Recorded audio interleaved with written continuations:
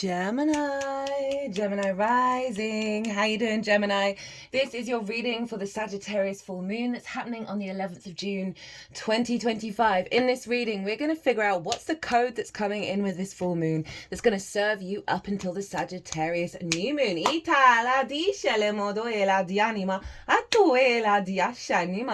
read for the rising sign, so for those of you who do not have Gemini in the first house, look to the house it does fall in your natal chart. Look to the themes of that house and apply those themes along with all the other meaning you've got going on in the sign of a Gemini to the messages that come through. For example, I've got Gemini in the 11th with Chiron and the asteroid Pallas Athena, so I'd apply all of that to what comes through in this reading. So we are going to get 3 cards. 1, what has been released with this full moon? I've just done the collective reading today, and the message that came through was this is a high vibrational rebirth.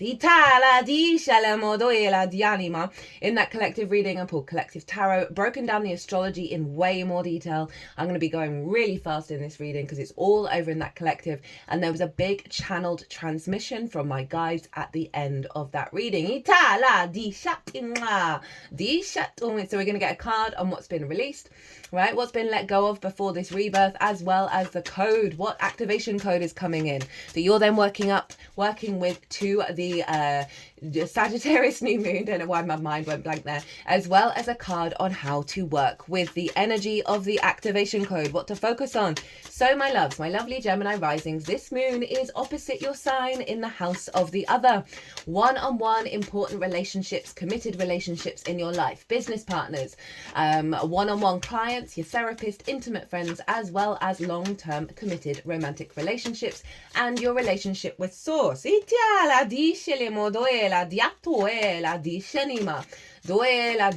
So moon here, big lovely moon in this place. You may find yourself hanging out with the other, right? Someone significant in your life. The last time I had a full moon in the 7th, I hung out with one of my best friends. Otoela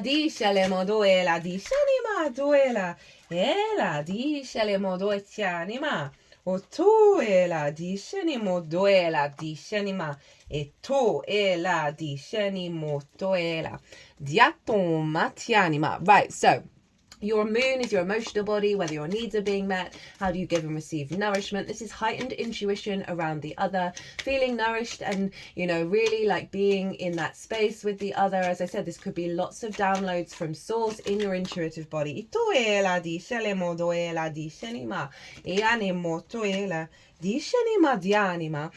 This is a really beautiful energy, and the sun is over in your 7th, in your first house, in your sign, Gemini. And so there's a real focal point on the self. A lot of, you know, this is often where, you know, say you've got clients, right? This is a great time for you to be in practice with your clients, because you're able to understand them, you're able to communicate to them and see what they need.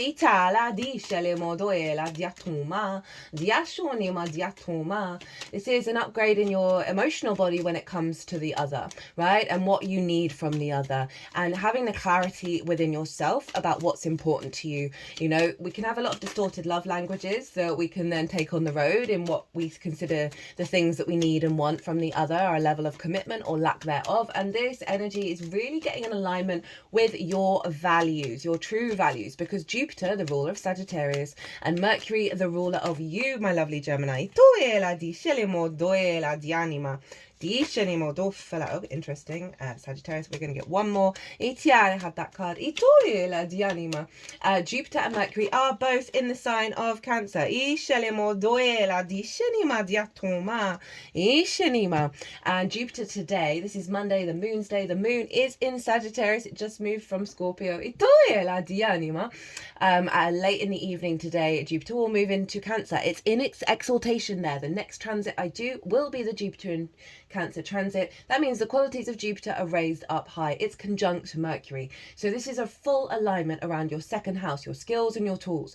It's your resources of how you manifest and bring in regular income. It's the things that you value, and most importantly, how you value yourself. Now, If we don't value ourselves truly, madly, deeply, unconditionally, we then place value in things or people that just distort and highlight that distortion of lack of value. It can mean we're not accessing our skills and tools at its highest form. And I can definitely see that as part of the release around, you know, as I said, those distorted love languages. And that doesn't have to be just romantic, right? Of letting go of a lack of confidence, prioritizing the other, right? That distorts your sense of value. But I also really strongly feel the activation coming in is in alignment with this expansion and abundance and awareness of your sense of value, of your skills and tools. This can very much link into business because of the second house being very the focal point for both the sun and the moon, you know, around clients, around the business partner, around your understanding of source and the downloads you get from source that can help activate your skills and your tools. They like that one. You know, this may be a lover that you work together that's coming in. Right, let's get into your stuff, my loves. There's a lot of other astrology. There's some really big astrology. It's all in the collective reading. The moon and Jupiter are in mutual reception. Jupiter wants you to feel good. Jupiter wants you to be in alignment with your higher perspective around how you value yourself and what you put value in, which may see certain dynamics in your life fall away. There's a lot of that going on at the moment. Trust in it. Know that there is no scarcity. Know that it's all in alignment. The work that we're doing this year is profound, and that does mean a lot of karmic clearing. As well as shifting frequencies of people in your life that are in alignment with your true value. Right, what's being released? What is being released with this full moon? What's been cleared out? The Empress in reverse is so in alignment. Right, this is Venus's card, and I won't do any spoilers because it's all over in the collective reading, but Venus is playing a very big role. She came in loud in that collective reading, and this is creativity, this is the divine feminine, fertility, love, appreciation, the fertile abundance of the world and how to work with it. It is about feeling good in the 3D world. She is the queen of queens. It's being in your divine feminine power, not sex specific. We have it within all of us, and this is in reverse. So what's being released is a block around that, a block around the fullness of life, of connecting with the other, right? Coming from a creative, fertile place, right? So the lack thereof is being cleared out.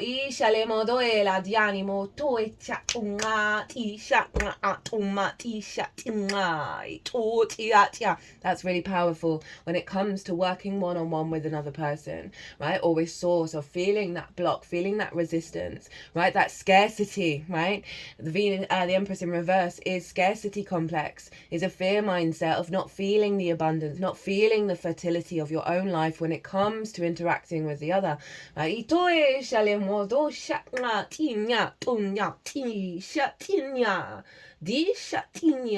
I just heard it's releasing the disregard around the goddess that gives, right? Again, not sex specific. We have feminine and masculine within all of us, right? So that's kind of highlighting when you've given, and you've not got it back, right? And it's been disregarded, disrespected.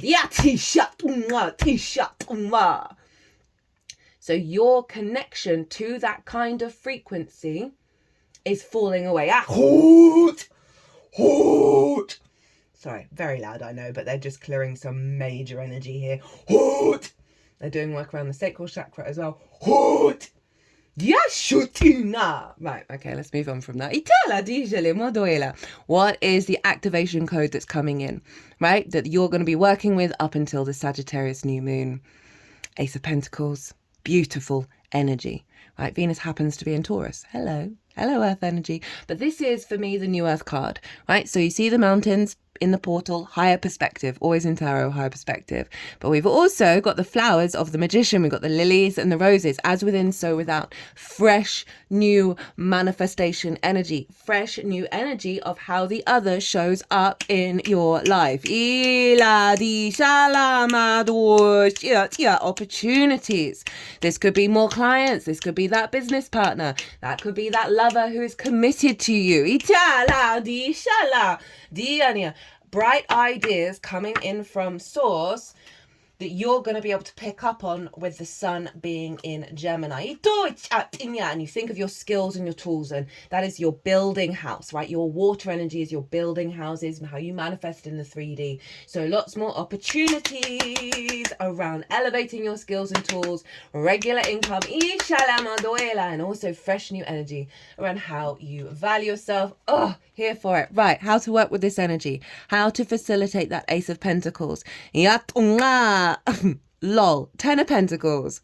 This showed up in the collective at a very interesting moment in that reading. I'm not going to give any spoilers. It was a lot of fun. They're really wanting you to focus on the long term. What relationships in your life represent the energy that you know is a part of your legacy? Right? We know those relationships where we're like, oh, we saw those red flags. Oh, but, or it's like an impulse, poor impulse control, right? Or distorted love languages, trauma bonds. They're doing a lot of clearing. They're like, excuse me, Gemini, can you think about the long term? Focus on the long term of how you build with another person that is going to last. Right? It doesn't necessarily mean that that person is in your life for your whole life, but it's the frequency you want to cultivate of what, when you match with someone, whoever it is, whatever kind of dynamic, that it's embodying this. Doesn't mean you're not going to go your separate ways at a certain point, but you are activating a frequency of to the universe of like, I'm showing up, I want to work with people, I want to collaborate and commit with people that serve my long-term values, right? That serve the way that what I'm building in this lifetime, that kind of frequency. And also we pull it back to your skills and your tools, right? There's a real alignment here of what's coming through over the next 6 months are facilitating the building of your skills and tools that, you know, last a lifetime, right? Cities last lifetimes. Well, it depends on the city, but predominantly, mostly, we also have the nuclear family as well as the elder with the esoteric symbols, right? This is the blending of the physical and the unseen realms together. So that's really highlighting. Focus on maybe doing some meditation with Source to see what bright ideas Source has got for you that's in alignment with your soul's long-term incarnation energy. It's not about not having fun, but it's about having the kind of fun and connection that nourish you, right? That aren't the trauma bonds, aren't the old karmic cycles. I've been called to these cards, right? So they went over the Ace of Pentacles. We have wisdom and devotion. Okay, doubling down on the Ace, the new energy that is the way through is the 10 of Pentacles, and this is 10 of Pentacles energy, right? So they're really doubling down on that frequency, but also they're saying what is coming in with that Ace of Pentacles is a higher level of wisdom, right? Of the past. We have this elder figure there of like, what is going to serve you in your old age, right? And devotion. And we've got 2 figures here, and they're working together. They're in collaboration with each other, right? One isn't slacking off, right? They're both wanting to commit, right? Whether that's you with Source or you with a friend or whatever it is, right? I never like to always focus on love, even though that is part of the 7th house, but it's more about contracts and commitment and integrity. So this is infused in that Ace of Pentacles that's coming through for you. So it's come in the code, and it's also how you're going to, I forgot to look at the bottom of the deck. What have we got? King of Wands, get in. Big fire maturity. So this is the baseline underneath that Ace of Pentacles. Maturity, which is highlighted by the wisdom and the devotion, but also that passion, that drive, that get up and go, right? Of you're going to have the awareness of what inspires you and how you want to put it into practice, and you're going to be able to act on it.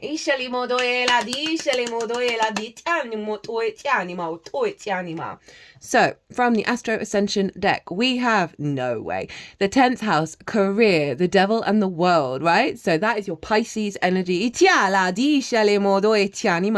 working your way to the top. Success, recognition, status, authority. Just had a Gemini rising message me. Itala, dicele moduela. Exposure, ambition, reputation, position, government's father, dominant parent. Itoela, itiana, utinya. They're angry at that. How dare people disrespect you? Let's read from the book. Okay. This is the kind of energy that was coming through in the Sagittarius collective reading, as well as your moon, Gemini, right? You two, you and Sag, right? Mutable yang energy. That's like high level vibes.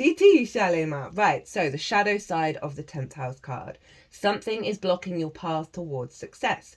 You might even feel restricted and depressed about it. You need to push through this with a lot of determination to change the outcome, right? So sometimes with that shadow side, it is acknowledging what's been let go of, but also highlighting off. We might just fall back into that old pattern again. Oh, no, redirect. In the light, you will get the recognition, fame, and success you deserve. That's so linked into this being released in reverse, right? She is the queen of queens. She is raised up high. High achievement is written in your destiny, and you're the one that's making it happen. Oof. Right, okay, so this was the card that Sagittarius just got. I just did that reading. Trust. Trust in the universe. Trust that there is no scarcity. Trust in your transformation. Trust that what is meant for you is meant for you. Where there is resistance, where there is this, if this shows up in your life, you can't vote. This shows up in your life again. Trust that it's not meant for you. Trust that there will be other opportunities, other experiences, other connections that are part of your path. Itiala, Diana, own it. Oh, that's hilarious. At the bottom of the deck is meditate. Didn't I say something about meditation? Oh yeah, meditate with source to get those ideas coming. Right, I'm going to leave it there. I'm going to leave it there, my loves. What a fun reading. I really enjoyed that. Big power energy clearing out in that one. In there. They're working on the heart chakra. They're weaving this energy into your heart. Right,